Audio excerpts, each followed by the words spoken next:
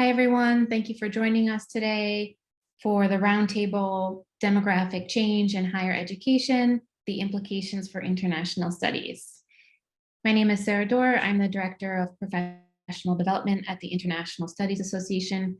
I am going to hand this over to our chair, Gigi Gocek, who will take it from here. Thank you, Sarah. Hello, everyone. As Sarah mentioned, I am Gigi Gocek. I'm a dean for the School of Liberal Arts and Education at Dominican University of California, which is a small private university of approximately close to 2,000 students, located about 12 miles north of San Francisco in California. And it is my pleasure to lead this session. We have wonderful panelists who are joining us today. First, let me provide the context for the theme of this panel, and then I will introduce all three of our panelists and then provide them with 3 prompts to carry the discussion. And at the end, if there are any participant or audience members who want to join us, we will give you that opportunity as well. So if you've been in higher education in the last 2 decades, but really since 2010, you might have heard about the demographic cliff. Researchers have been telling us that there will be demographic changes for college-age students by the year 2025, so much so that the anticipated change was a decline by 15% for that population, meaning that there would be fewer students between the ages of 18 and 24 who would be enrolling in college. This is important because it impacts all of us in higher education, and we need to be able to adapt to those changes. Now, what contributes to that cliff, right? Part of it has to do with declining birth rates around the time of the 2008 recession. But what has kind of exacerbated this situation is the global pandemic. So since 2019, we've seen declining enrollments, but really last fall, there was a 3% drop in freshman enrollment, or I should say undergraduate enrollment, to the point where that was nearly 500,000 students. So that's a big number, and those numbers are not likely to change given the projections that were made even before the pandemic. So the concern for us is, how do colleges and universities respond to that change? Given additionally to that fact is not just that birth rates are lower, so by the time young adults reach college age that they would be fewer in numbers, but they have more options, right? So what the pandemic has done is led students of college age to realize that they don't necessarily have to go to a 4-year university. They could enroll in non-degree programs. They could seek skills elsewhere. Some choose online options. Employers now don't necessarily require a bachelor's degree. So these are things we need to think about. Additionally, here in the United States, white students graduating high school are making up now less than 52%. So that will continue to decline, while Hispanic and students of more than 2 races will continue to go up for high school graduates. So how can universities respond to these kinds of changes to adapt to what the needs are of a new generation of students who may or may not want a traditional college degree? So with that, I want to now introduce our 3 panelists. So I'm going to go through each of their bios and then provide 3 prompts that I hope that they can address. First, we have Nizar Ansari, who was Vice President for Academic Affairs at Al Aqayan University in Ifran, Morocco.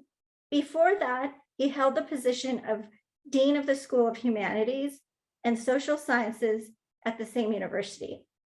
Between 2001 and 2010, Nizar was an assistant professor at the Pontifical Catholic University of Rio de Janeiro. During that period, he was a founding member of the Brazilian Association of International Relations. He is currently a Rice Scholar at the Macmillan Center at Yale University. and serves as member at large of the ISA Governing Council. He is currently working on a book project on decolonizing security studies in the Arab region. Hello, Nizar.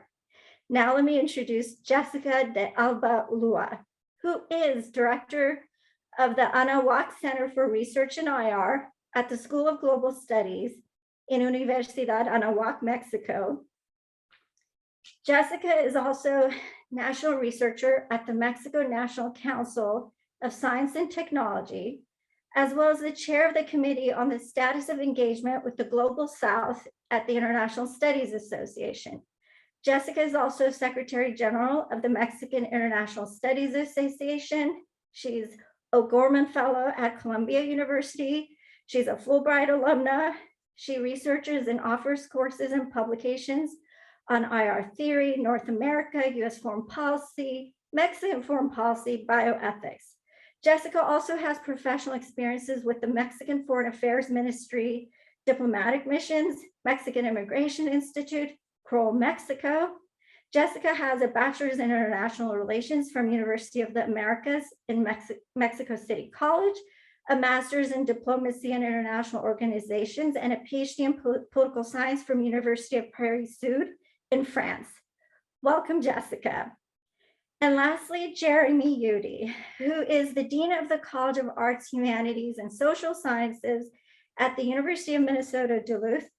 Prior to taking this role in 2019, he was an associate professor in Department of International Relations and administrator in Coral Bell School of Asia Pacific Affairs at the Australian National University. As a researcher, his work focuses primarily on global health politics and international responses to infectious disease outbreaks.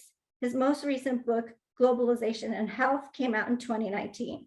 He's a fan of bow ties, will stop to pet most dogs, and is a firm believer in Oxford commas. Welcome, Jeremy. So before I turn it over to Nizar, panelists, I would like you to address these three prompts in your discussion. First, how are demographic changes impacting higher education in your corner of the international studies academic world? What other changes are pushing change in academia in your setting? How can and should we cope, or should we just ride out the change, the wave of change? And if there are no changes happening, please also tell us why. With that, Nizar, it's yours. Thank you very much, Gigi, for this introduction. I want to thank the organizers for holding this conversation and for bringing different perspectives and different points of views from different points of the globe. So this is what the International Studies Association is about, and I am very happy to be part of the association and of this conversation today. So I will follow the prompt, and they were very useful. Thank you for them.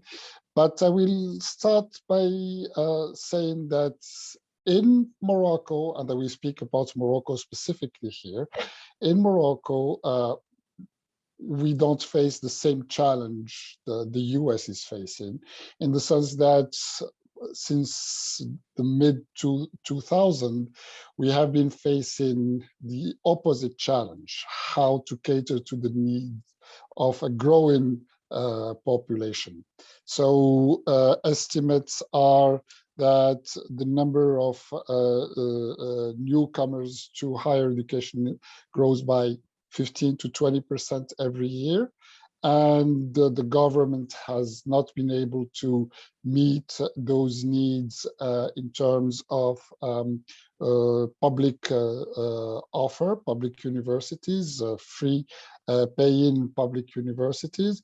So the government has been encouraging private and partnerships between private and public institutions to assist it in dealing with that need, with those needs of the Moroccan population. So if there is a challenge in Morocco, it's the opposite challenge, which which doesn't mean that we don't face our own challenges, because with this, there is a growing offer from inside, but also because of these crises in Western Europe and in North America, there is also very high competition from abroad to fee-paying institutions in Morocco.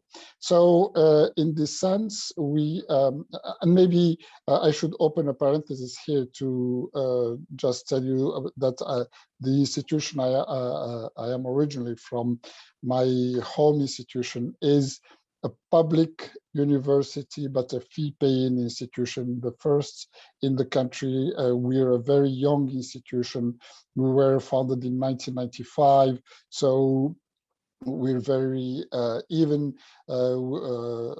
compared to Moroccan standards, we're a fairly new institution, but we were one of the first institution, fee-paying university. We were the first fee-paying university, not the first fee-paying higher education institution, but we were certainly the first fee-paying university in the whole country. So we were used to be the only university that carries the name of a university as such in the country. And now we are facing a competition from a growing number of private universities or semi-private universities, public-private universities. So this is our challenge, a higher competition from inside and from abroad. So fairly broadly speaking, and I'm closing the parenthesis here, broadly speaking,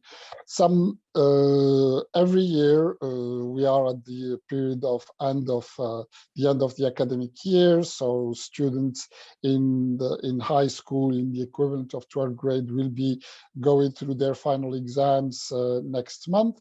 And after that, we will have something around 270, 280, 290,000 new students going to the market, to the university.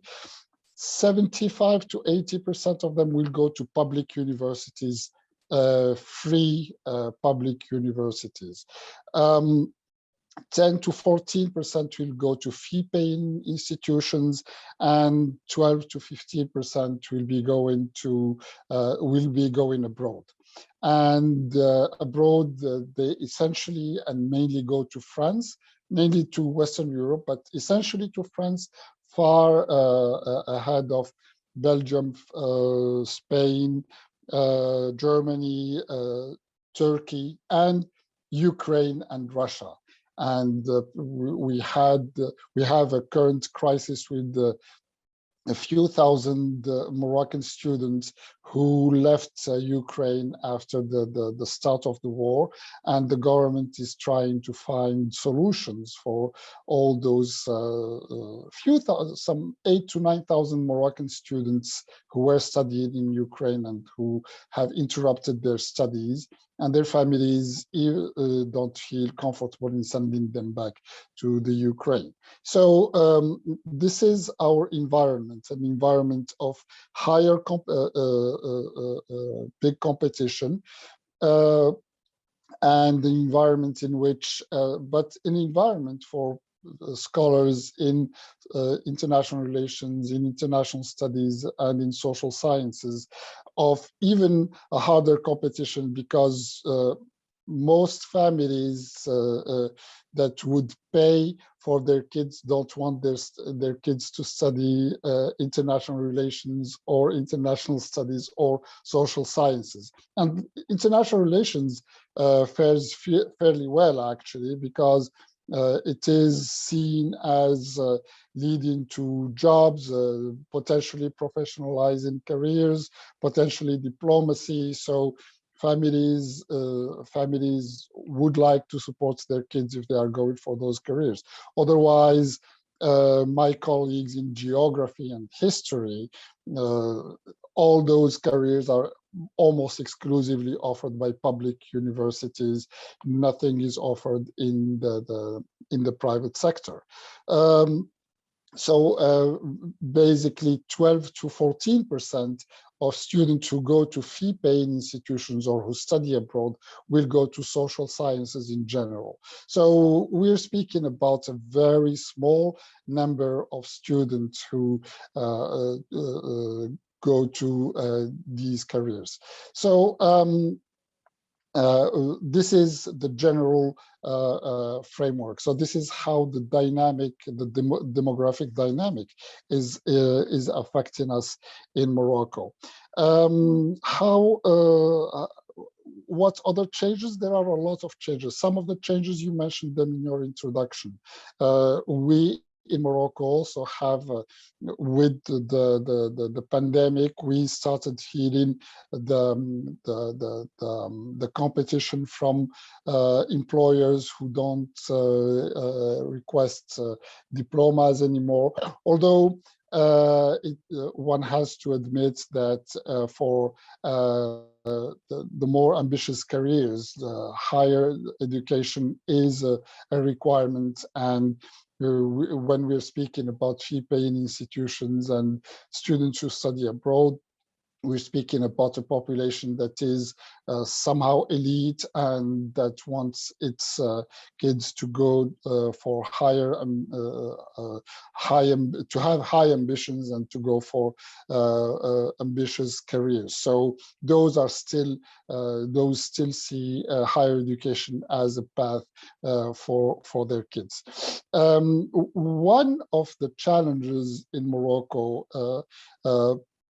is what is referred to as brain drain, in the sense that a lot of the students who go abroad end up starting their migration process from studying abroad. They go and study abroad, and then they stay abroad. They don't return to the country, which is a net loss for a fairly poor country like Morocco, because a lot of public funding goes to the education of these kids, and then they don't return to Morocco. They stay abroad and they don't return to Morocco. So the brain drain is definitely a challenge from the bigger picture in Morocco.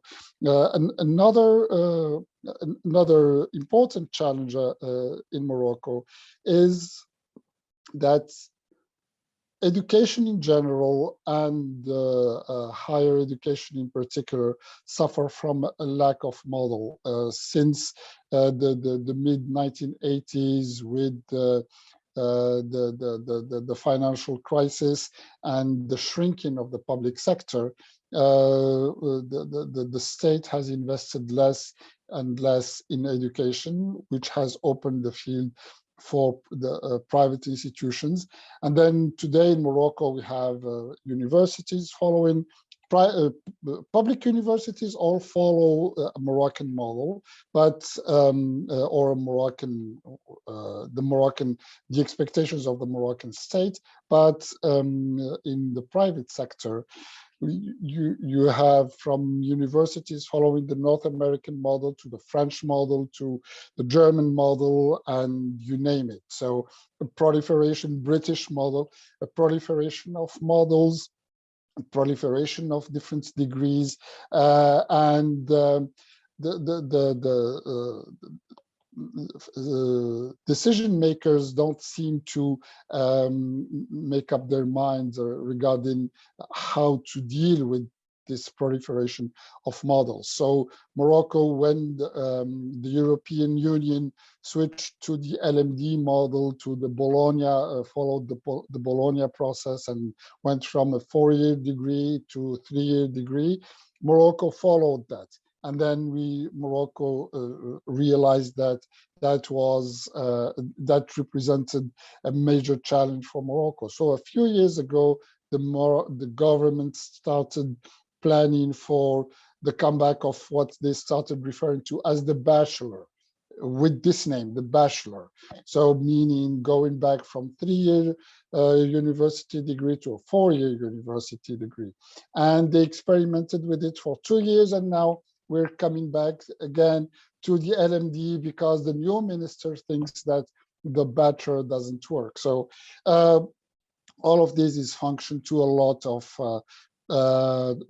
pressure and lobbying, obviously. So, and the victim are the students and the victims are the families. And that's why the families prefer to trust to send the elite families prefer to send their kids abroad, because at least they know that there is a return on investment, as they call it, and there is stability, and it's not, the education is not subject to these political lobbying and political pressure. So this is these are the changes that affect us tremendously in a country like Morocco.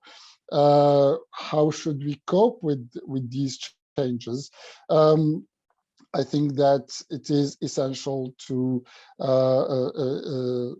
invest in education, but in understanding education. In Morocco, very few people study education.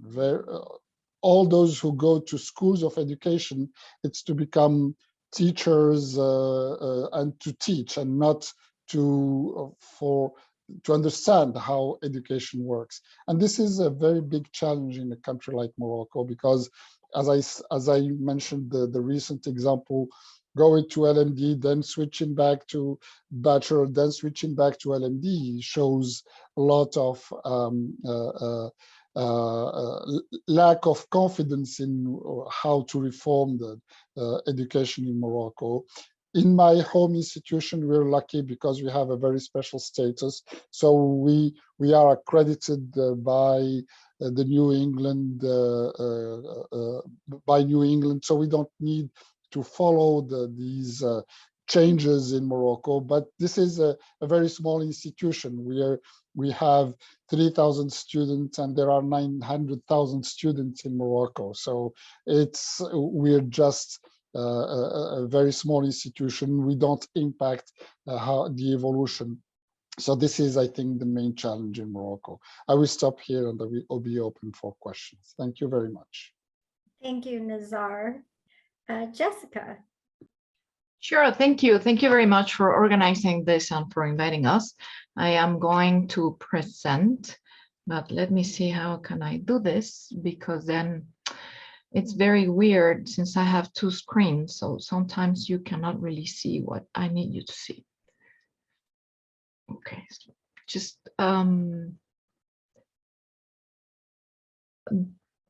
I think not your, okay, no. One more try. I think this is it. So can you correctly see the presentation now? Yes. Right, thank you. All right, so this is a very interesting panel because as Nizar was talking, there are some similarities that we share, like in the global South, largely speaking, which is very diverse. And it's not necessarily the same challenges that, as he said, the global North or institutions like in Europe or the United States are facing right now. So I was very interested in just listening to my colleagues and see if we have, well, differences and similarities regarding this democratic change and higher education. So what I'm going to do is to focus specifically, this doesn't want to change, okay, to focus specifically in Latin America, which is also a challenge. I didn't really just want to, I mean, I couldn't do the global South because it's very, very diverse and too much information. So I decided to do Latin America. And first I'm going to present a small economic outlook of the region, then a little bit about education in the global South, then a little bit about education in Latin America, and see how have we been impacted, especially because of the pandemic, as you were explaining at the beginning. So Latin America and the Caribbean's growth will slow to 2.1% in 2022. I mean, they have already changed twice those numbers. I mean, significant asymmetries between developed and emerging countries. This year will be a year of major challenges for growth, for job creation, and for tackling the pandemic social toll, which has been enormous. So the 2.1% average growth foreseen for these years reflects great heterogeneity among countries and subregions. So for instance, the Caribbean will grow 6.1%, excluding the Guyana, and Central America will grow 4.5%, while South America will expand by 1.4%. We need to also consider how much their GDPs went down during the past 2 years. So these are not necessarily enormous or good figures. So in 2021, the region experienced higher than expected growth, averaging 6.2% due to the low baseline established in 2020, to greater mobility and also to a favorable external context. Although there were signs of an economic recovery in late 2021, well, then we have inflation, depreciation of local currencies, and fiscal deficits that will make the recovery more complex. So a more moderate growth is expected of 3%, estimated by 2022, and growth will not reach the level prior to the pandemic. So COVID-19 pandemic reached Latin America at a time when structural, economic, and social deficiencies in the region have not been resolved, and may never be resolved, by the way.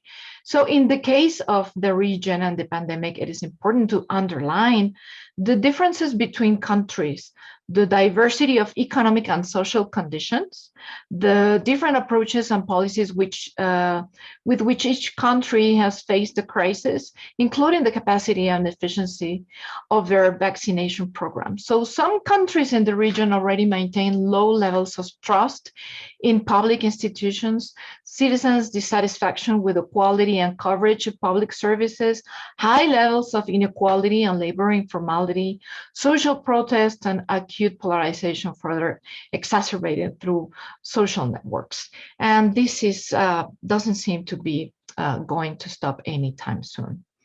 So here you see, for instance, a growth projection of the region here.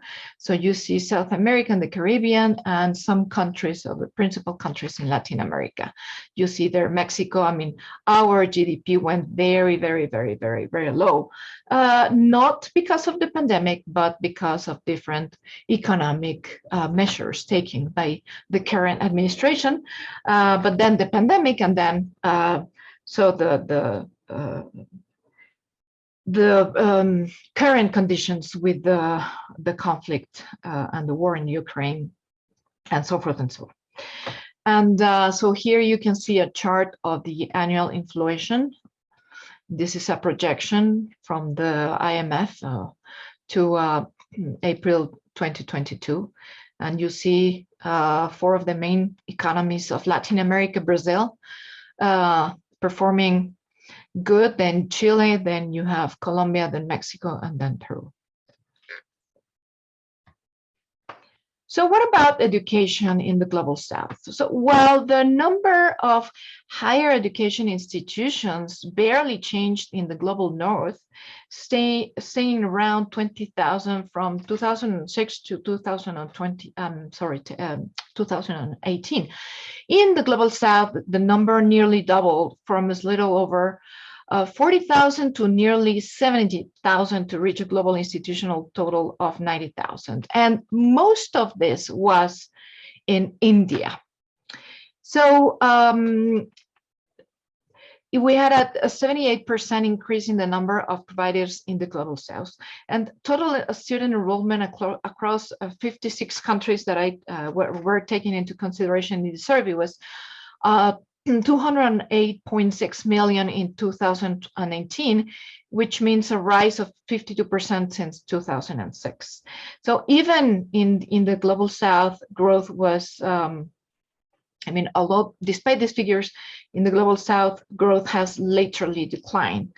World students numbers have now passed 200 million. But the number of students in the global north peaked in 2011, and it has been going down since to around 58.3 million in 2018. Meanwhile, the number of students in the global south has almost doubled from some 78 million in 2006 to 150 million in 2018. So there have been increases also in funding across the world in this period, but therein lurks another differences. When global north governments hike funding, it is for a stable body of students, and added money goes towards quality and research. And in the global south, the money mostly goes to increase capacity and access. So the number of dollars per student is going up in the north, but going down in the south. So this means that the quality gap between the two is growing. In other words, global higher education is no longer dominated by only wealthy countries, as the center of gravity of global academia has decisively shifted towards Asia. And there are many more private than public institutions, and that gap is also growing. In the global south in 2018, there were 48,370 private providers, up to 134% since 2008, against 19,406 public institutions, an increase of just 12%. Although let's not be fooled by those numbers, because although they have been having this exponential growth, it doesn't mean that they are not going to they're not already facing challenges, and they're not going to be facing more challenges in the near future. But in 2018, there were 103.3 million students at public providers in the global south. So still a majority of numbers, because they cannot have access, they don't have the economic means in the global south, they still go or attend public institutions, while only 46.9 million studied at private providers, which is something that Nizar mentioned also in his comments. So now education specifically in Latin America. The increase in social demand for higher education studies in Latin America in general is not and will not be explained by population growth in the future, as it was previously in the previous decades. We are in a part of the world that, despite economic hardship, people continue to reproduce, and there are not necessarily better economic opportunities for everybody, which is something that doesn't necessarily happen in the north. So a factor that currently influences the expansion of higher education enrollment is the growth in the number of graduates from secondary education.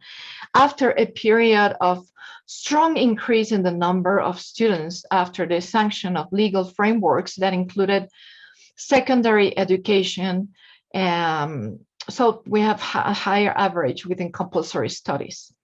Another dimension that impacts the demand for higher education is the expectation secondary school students have regarding the continuity of their studies at the higher level. So we have to mention here the PISA evaluation. The last one was done in 2018, and this is an international test applied to 15-year-old students. So this shows that 75.8% of, for instance, Chilean students in the region belonging to the 25% with the lowest economic levels considered that they were going to complete tertiary studies. And in the case, for instance, of Argentina, the portion in the same situation was only 51%, and in Uruguay, 37.4%. This is just a chart, so you can see the worldwide ranking of this evaluation. So we have in green above 500, between between 450 and 500 points, and below 250. So yeah, then you can visually see some of the countries of the global south, and mainly most of the countries of Latin America, including Mexico, which is something that has us very, very upset, is below this punctuation. And then here we can see the covering of tertiary education by region in the world. And so we can see, for instance, in the year 2016, we have the highest in Europe, Central Europe, and North America, and Western Europe as well.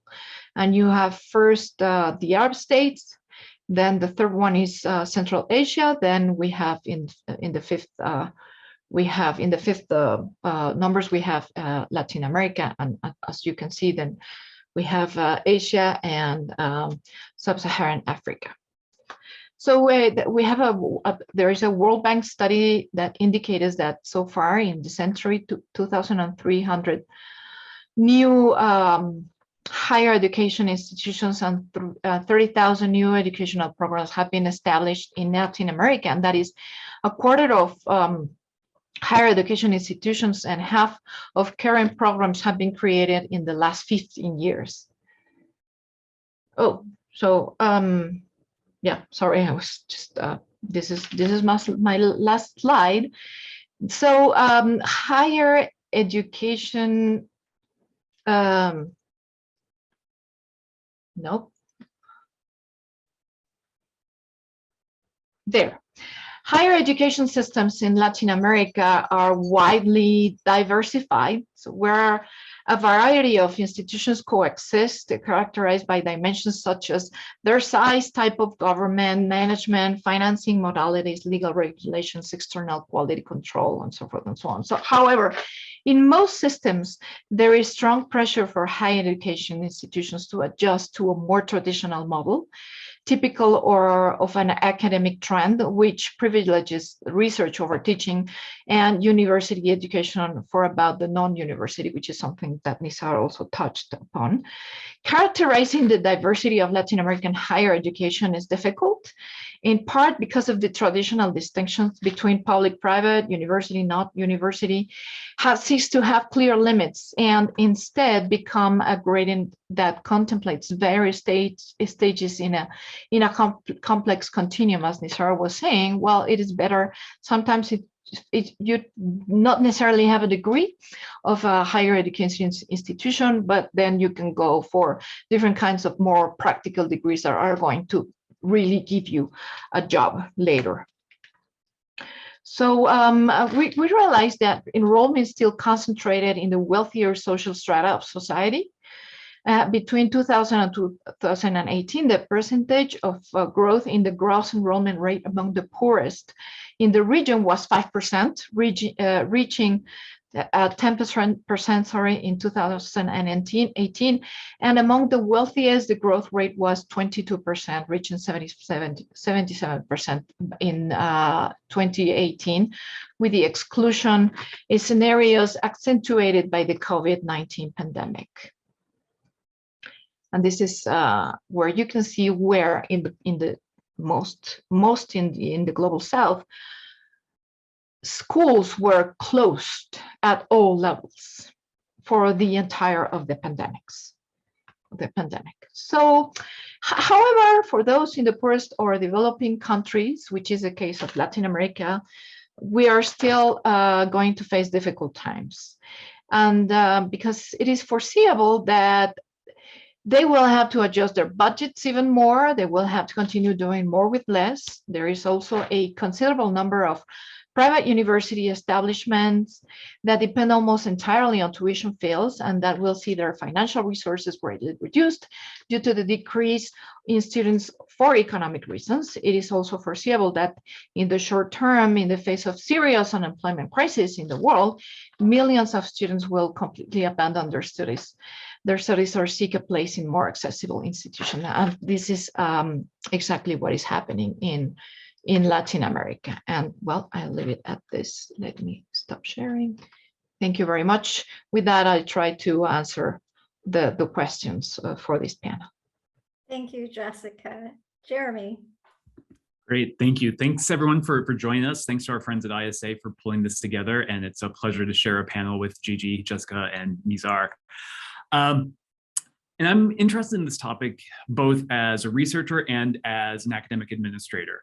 And I am at the University of Minnesota Duluth, which is, if you wanted to draw a Venn diagram of the institutions that are most going to be affected negatively by the demographic trends that we're seeing in the United States in particular, it's hard to think of an institution that's much better, that would be more in the center than a place like the University of Minnesota Duluth. We are a public regional comprehensive institution. We are incredibly tuition dependent for our financing. About 75 to 80% of our budget comes from the tuition that we receive from our students. Our student numbers have decreased over the last decade or so. We were at about 11,000 at our peak. We're currently at about 9,000 undergraduates and graduate students, but we're primarily an undergraduate institution. And we're in a part of the world, or part of the US at least, in which the demographic trends are not favoring increased enrollments in higher education. Our catchment area for students is primarily within about 150 miles of Duluth. So if you are looking at a map of the United States, the furthest west of the Great Lakes is Lake Superior, and Duluth is on the far western edge of the furthest west Great Lake there. And so we're about 150 miles from the Twin Cities, which is a major metropolitan area of about 2 million or so people. And that's kind of our circle of where we're drawing students from. And that's not a circle that is really increasing in terms of student numbers. We're not seeing large increases in the number of students who are graduating from high school. And that's one of the big challenges that I think we face and a lot of institutions throughout the United States are facing is we're really well set up for that traditional 18 to 24-year-old student who has just graduated from college, is looking to move to Duluth to spend 4 years in residence on campus in order to obtain a bachelor's degree. We are not really well set up for, say, people who are non-traditional students, individuals who may have started studying for a bachelor's degree earlier and had to leave university for some other reason, or people who are looking to get an additional credential in order to advance in their academic or their professional standing. And so that's one of the big challenges opportunities that I think that the pandemic has really presented to an institution like ours is what can we take away from the pandemic that we want to hold on to, or we can use to adapt to try to reach out to those groups of potential students who might not otherwise see coming to a place like UMD as appropriate for them, because they're not looking to move to a city in which, it kind of wants to ice murder you about 6 months out of the year. So it's not all, there's a very unique demographic that is attracted to a very wintry type city like Duluth. We're not necessarily well suited for people who already have families or other commitments that can't up and move to a place like Duluth. So what can we take from what we've learned over these past 2 years and apply it so we can try to reach out to more students and try to adapt and recognize the changing nature of the higher education population or potential population here in the United States. And so that, that's a tricky issue that we face. But as Jessica was talking about 2011 and the changes that we've seen in enrollment since 2011, that's exactly when our high point hit, and we've seen a decrease since that period of time. And I think that's particularly interesting for when we're looking at something like international studies or looking at the liberal arts more generally, because the decreases have been even more pronounced in those fields than they have been in some of the STEM fields or in some of the business fields. And so that has put a greater responsibility on our shoulders to be reaching out to students, to talking with students, talking with them about their career objectives, talking about them about, you may not necessarily see a lot of ads on LinkedIn or wherever you're looking for jobs that specifically say we're looking for someone with a bachelor's degree in international studies, but those sorts of experiences can work really well and be and make you a very competitive person for careers after you leave university. One of the other things I think is an interesting challenge, particularly in the international studies space, is for so many of our programs, not just here at UMD, but across the United States, so many of them are focused on or built around the idea that you have some sort of international experience. You are doing some sort of study abroad experience, you're doing something along those lines. And those have been challenged, obviously, by the pandemic. But then also, if we are trying to make ourselves more attractive or more available to those non-traditional students, how do we do that in such a way that those students can still have that sort of international experience, even if they're not able to, say, take an entire semester and go to another country and study like I did when I was an undergraduate. So it's an interesting time to be in administration here. And the last thing that I'll just mention is, from a research perspective, or as a researcher, I think this is actually kind of an interesting time to be engaged in international studies. You know, I do most of my work on global health, and one of the conversations that we've been having within the community of global health scholars, and I know this is something that we're seeing throughout the ISA and throughout a lot of academia, is how do we decenter some of the global north voices and make sure that we are providing an opportunity for more voices to be engaged in these conversations. And you know, by virtue of the sorts of trends that Jessica and Nizar have demonstrated, and that I think we've seen internationally, there could be this opportunity for more of those voices to come forward, as we're seeing in stronger universities in other parts of the world, as we're opening up more opportunities for students and scholars in the I guess what we could call traditionally underrepresented parts of the world within an association like the International Studies Association. This may help to facilitate these sorts of changes that we have talked about. So from a researcher perspective, it's really kind of fascinating. From an academic administration perspective, my hair has gone a lot grayer than it was 3 years ago when I started in this job. So I'll leave things there and turn things back over to you, Gigi. Thank you, Jeremy. Thank you, everyone. It has been really rich discussion so far, and we have about 10 minutes.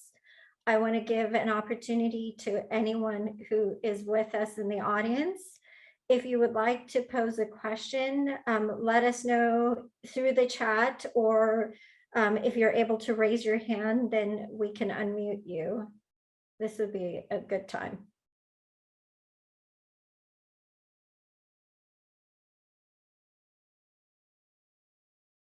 Okay, I see one question. So the question comes from Jason Malloy. To any panelists, how much is your institution able to consider recruiting new students from other countries, or is your recruitment more about keeping students in your country from crossing boundaries? So please feel free to respond.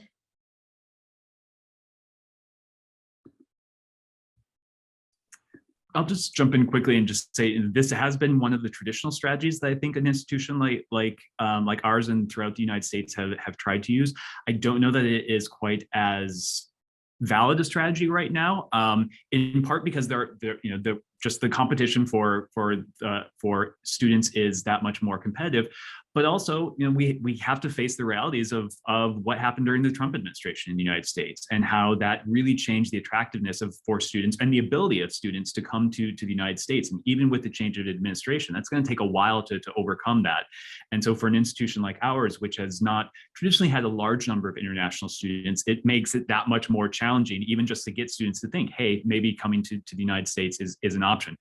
Coincidentally, because we are along we share a border with Canada, we do see an increasing number of students who are choosing to pursue their higher education studies in Canada, in part because of the cost, but also in part because of just the sorts of experiences that they're looking for. I would say that in the specific case of Mexico and my institution, yeah, I mean, we are always looking to recruit. It doesn't really, I mean, it's not just a local market, especially because it's in international studies. The problem that we face is Mexico itself, because the problems, structural problems now that we have on violence makes it very, very difficult for people to want to come study here. In our case, the choice, the option for North American model for accreditation by NECHE and all of these things have were also made with the objective of opening ourselves to attract more students. And we are far, far, far cheaper. We are fairly expensive for the Moroccan market or the Moroccan purchasing power, but we are far, far, far cheaper than our than peer institutions in the US. So the fact that we are accredited by in New England makes us very attractive to students from other countries on the African continent or in the Arab world to come to study with us, get a bachelor's degree, and then be able to go for graduate studies in other places. Have not been very successful at that, but that's part of the strategy and that's part of the growth for us. So the same way we feel the competition coming from Europe and from North America, we are also trying to compete for international students to come to Morocco in general, to our university in particular. Thank you. I believe we have another question. This is from the ISA organizers. All of you mentioned challenges that your university is facing. Do you have any recommendations going forward to address these challenges, or could you share any lessons you have learned? Well, I'll jump in quickly. I think that now, after the pandemic, because I like to think that we are after the pandemics right now, we have to be very flexible as in how we offer our studies. Yesterday, I was talking with the vice president of my institution, and we were saying that it's no longer in-person studying or online studying, 100%, but both have moved to sort of a hybrid model, and we have to adapt to comply with what the market is asking for. For instance, for undergraduate students, they prefer in-person learning by far, but then talking about the people pursuing a master's and a PhD, they said, no way, Jose, that you want me to go to university every day again, so forget it. So we have been able to adapt to that situation, but not necessarily everybody can do that. And the challenge that I think that not only Mexico, but the whole region faces is, well, the economic hardship. Again, not only for very different reasons in the different countries, but not only the pandemics, but we're in a difficult situation overall.